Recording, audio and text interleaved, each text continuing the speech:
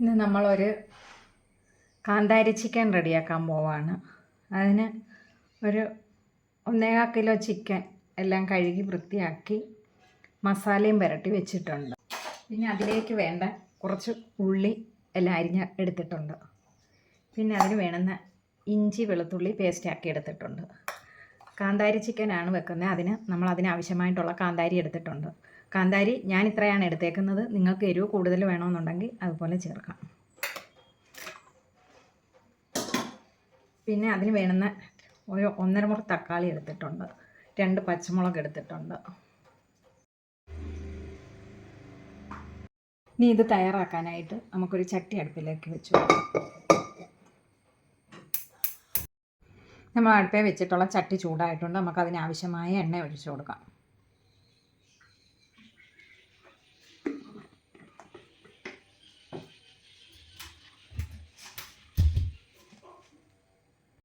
ഒരു സ്പൂൺ കടുക് ഇട്ട് കൊടുക്കാം. ഇനി ഇതിലേക്ക് ഇഞ്ചി വെളുത്തുള്ളി പേസ്റ്റ് ഇട്ട് കൊടുക്കാം.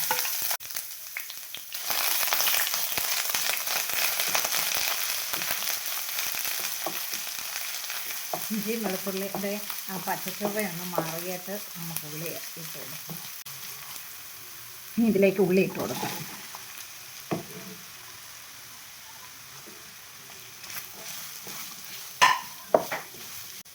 ഉള്ളി ഇപ്പോൾ ഒന്ന് വഴുതാനായിട്ട് നമുക്ക് ഇതിലേക്ക് ഉപ്പിട്ട് കൊടുക്കാം. ഉപ്പിട്ടിട്ടുണ്ട്. ഇനി ഇതെല്ലാം ഒന്ന് ചുവന്ന് വഴന്ന് വരട്ടെ. നേരെ വെയിറ്റ് ചെയ്യാം. ഇനി ഇതിലേക്ക് നമുക്ക് ഒരു 2 പച്ചമുളക് കീറിയതും ഇച്ചിരി കറിവേപ്പിലയും കൂടി ഇട്ട് കൊടുക്കാം.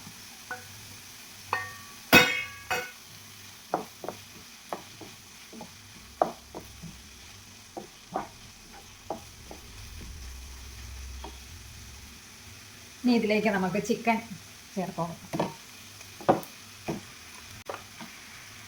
ചിക്കൻ ഞാൻ നേരത്തെ മസാല പുരട്ടി വെച്ചതാണ്. ഇച്ചിരി ഉപ്പും മസാലപ്പൊടിയും മഞ്ഞൾപ്പൊടിയും കൂടി ചേർത്ത് വെച്ചതാണ്.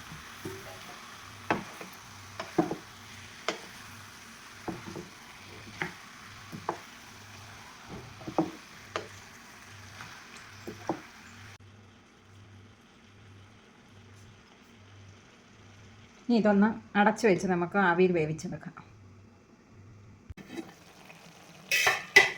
ചിക്കൻ എല്ലാം വെന്തിട്ടുണ്ട്. ഇനി ഇതിലേക്ക് നമുക്ക് അരപ്പ് ചേർക്കാം. മസാലപ്പൊടി ചിക്കനകത്ത് നേരത്തെ കുറച്ച് പരത്തിയതായിരുന്നു. ഇനി കുറച്ചുകൂടി അതിലിട്ട് കൊടുക്കാം. ഗരം മസാലയാണ്. ഇനി ഇതിലേക്ക് നമുക്ക് കാന്താരി അരച്ച് വെച്ചേക്കുന്നത് ചേർത്ത് കൊടുക്കാം.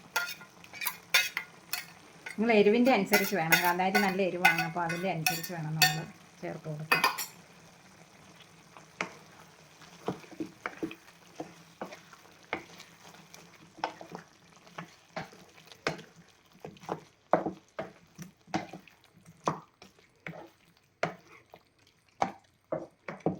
ഞാൻ അതിലിരുന്ന് അതൊന്നുകൂടി ഒന്ന് വേകട്ടെ.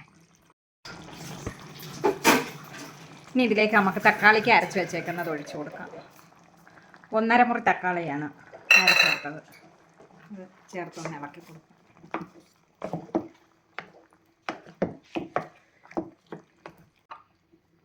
നമുക്കിനി ഇതിലേക്ക് ഇത്ര അണ്ടിപ്പരിപ്പ് ഒന്ന് അരച്ച് ചേർത്ത് കൊടുക്കാം.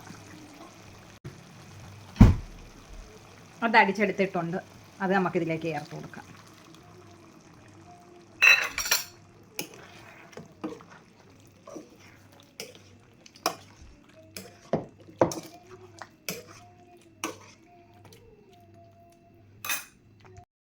ഇതിലേക്ക് നമുക്ക് കുറച്ച് മല്ലിയില ചേർത്ത് കൊടുക്കാം.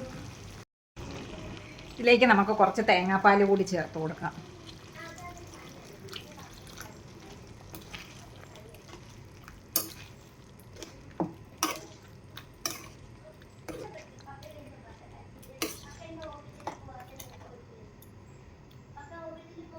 നല്ല കുറുകിയ ചാറായിരിക്കണം.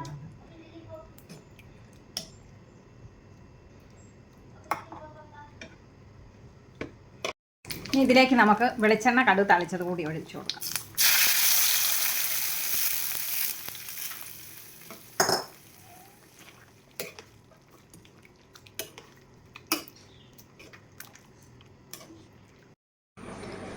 അങ്ങനെ നമ്മുടെ ചിക്കൻ കറി ഇവിടെ റെഡി ആയിരിക്കുകയാണ്.